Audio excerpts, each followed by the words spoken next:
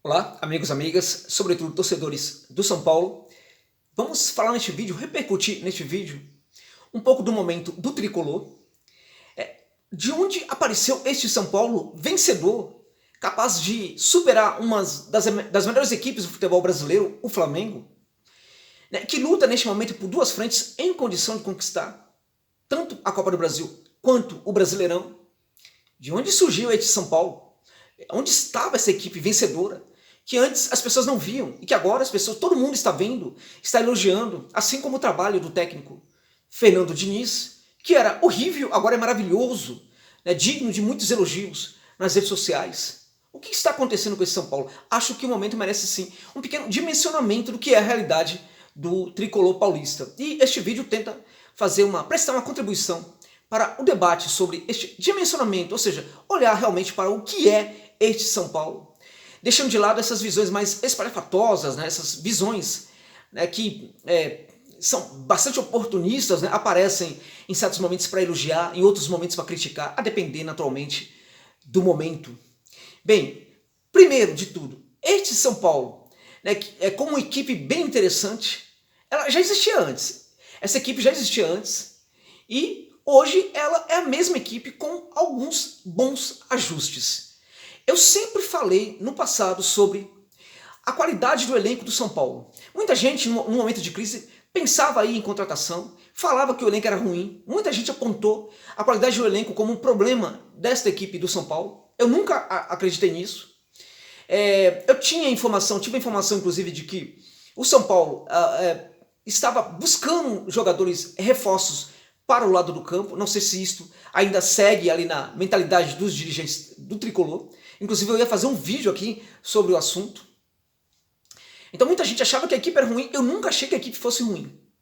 O que a equipe sempre precisou foi de ajustes interessantes e pontuais para que ela conseguisse ser uma equipe diferente. E mesmo nas críticas mais pesadas ao São Paulo que eu fazia, eu destacava isso. Há um assinante aí, não sei mais se ainda é assinante, tricolor, torcedor do São Paulo, que chegou a falar para mim que eu precisava mudar os meus conceitos, né? Porque eu falei que o São Paulo era uma várzea. Eu nunca disse isso.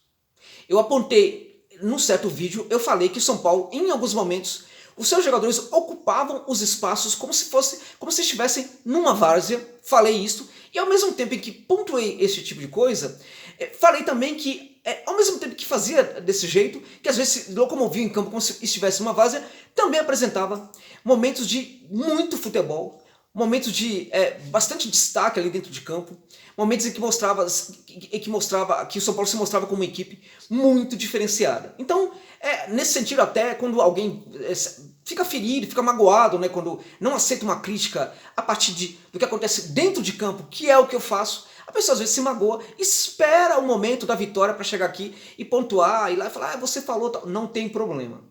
Este mesmo provavelmente ex-assinante ou assinante, né, com quem espero esteja tendo neste momento o prazer de debater, ele disse para mim que eu precisava rever os meus conceitos. Eu diria para este assinante e para todos vocês que sempre que for necessário eu rever os meus conceitos, vou fazê-lo com muito prazer, com muita satisfação, porque eu sou um estudante do futebol, estou ainda aprendendo muitas coisas sobre futebol e aprendo demais com todos vocês. Aprendo muito com os elogios que eu recebo aqui no canal e aprendo também muito com as críticas que vocês me fazem, mesmo algumas críticas negativas. Mesmo que algumas críticas possam ser injustas, ainda assim faço o possível para me aproveitar ao máximo delas para conseguir evoluir.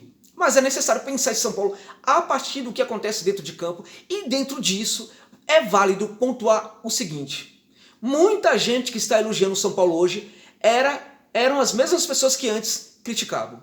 E muita gente que hoje fala que o Diniz é um baita técnico, um dos melhores técnicos do futebol, e que não sei o que e tudo mais e tal, eram as mesmas pessoas que antes o criticavam.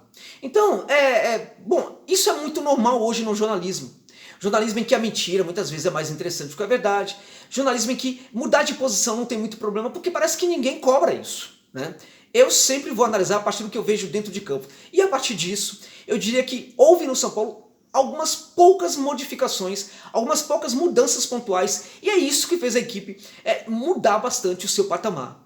E se de fato precisava de poucos ajustes e eles aconteceram e a equipe mudou, isso também é responsabilidade do técnico Fernando Diniz. E isso também mostra que o técnico Fernando Diniz, de fato, precisa, ele sim, melhorar os seus conceitos. Né? Por quê? Porque se a equipe lutou tanto, demorou tanto para melhorar e a partir de pequenos ajustes ela consegue uma evolução, mostra que o técnico errou bastante em teimar, ficar muito teimoso em relação a fazer essas modificações. E quanto a elas, é necessário que apontemos o seguinte: o São Paulo começa a melhorar como equipe a partir do quê? A partir do momento que os seus dirigentes chamam o Fernando Diniz para uma conversa e exigem que o técnico faça modificações da equipe, inclusive colocando alguns jogadores específicos para jogar na equipe titular. O Fernando Diniz teve o mérito de aceitar isso naquele momento, ele poderia simplesmente não aceitar e ser demitido. Ele teve o mérito de aceitar aquilo naquele momento, ao mesmo tempo que foi pressionado pela direção do São Paulo a obter resultados imediatos, porque senão seria demitido. À época, inclusive, eu fiz um vídeo aqui, postei um vídeo aqui no meu canal, de alguns técnicos que seriam interessantes para o São Paulo, porque naquele momento, eu não via mais o técnico Fernando Diniz em condição de continuar no São Paulo.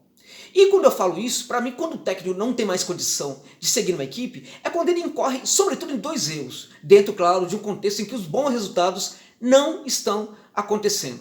O primeiro erro é começar a ficar excessivamente na defensiva, de onde vem aquelas declarações, né, infelizes, né, do tipo, ganhamos o segundo tempo, ganhamos o primeiro tempo, perdemos, mas pelo menos conseguimos fazer essas coisas todas. Então, quando isso acontece, acho que isso denuncia muito bem que o técnico está com seu ciclo, ao menos se encerrando no clube em que trabalha.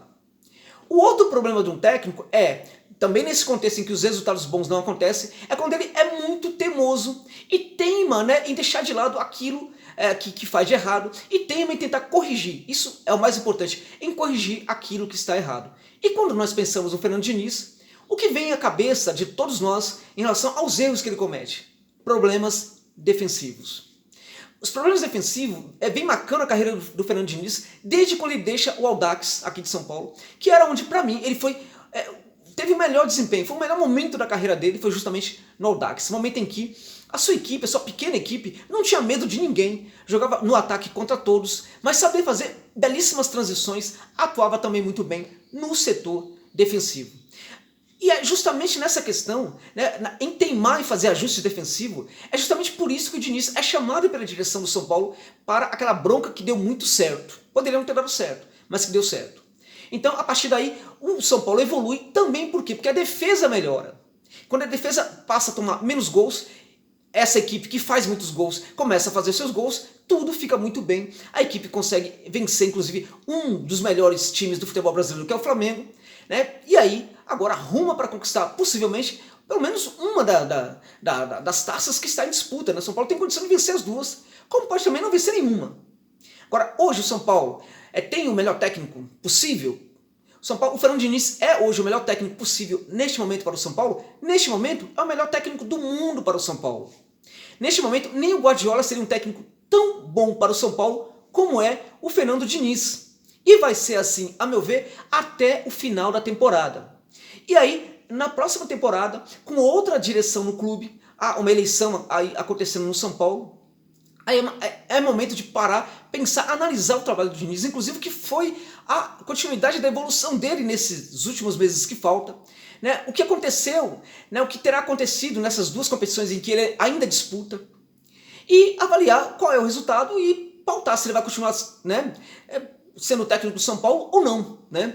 E se for continuar a ser o técnico do São Paulo, inclusive bater o martelo e seguir com o técnico durante muito tempo. E a questão que todos precisam se perguntar nesses momentos confiamos no trabalho do Diniz? Eu diria para vocês que neste momento, eu como observador, eu diria que estou falando isso no momento em que o São Paulo está vencendo, está por cima. Hoje eu diria para vocês que eu ainda não confio no trabalho do Diniz, no sentido de pontuá-lo aqui como um dos grandes técnicos do futebol brasileiro. Ainda não acredito nisso. Ainda acho que essa evolução do São Paulo, né, tem sim a ver com ele, com o fato de ele aceitar as broncas que lhe foram dadas, né, mas também tem muito a ver com a bronca que ele levou e tem a ver também com outro detalhe interessante que eu vejo nesse São Paulo e que todo mundo está vendo. A evolução dentro de campo do Daniel Alves.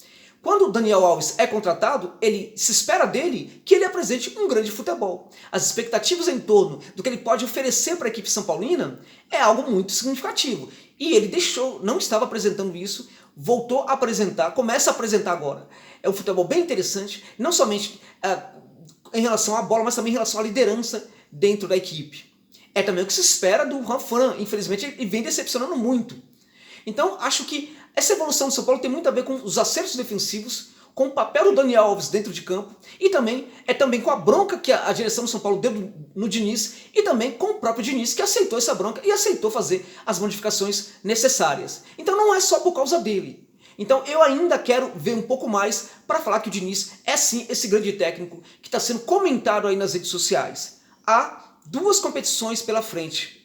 Eu ainda não acho que o São Paulo tenha totais condições, em função de ter eliminado o Flamengo, de conseguir os títulos nas 2 frentes. A meu ver, é favorito nas 2 frentes para as 2 conquistas. Mas a meu ver, ainda, em alguns momentos eu ainda vejo alguns probleminhas ali. Espero que a equipe São Paulina supere esses pequenos probleminhas para conseguir pelo menos o título, né? Porque a torcida São Paulina, que vive muito machucada e há um bom tempo, merece sim, de novo, pelo menos um ótimo título para finalizar esse ano tão difícil de pandemia com um pouco de alegria e de felicidade. É isso, meus amigos. Obrigado pela gentileza de terem visto este vídeo até o final.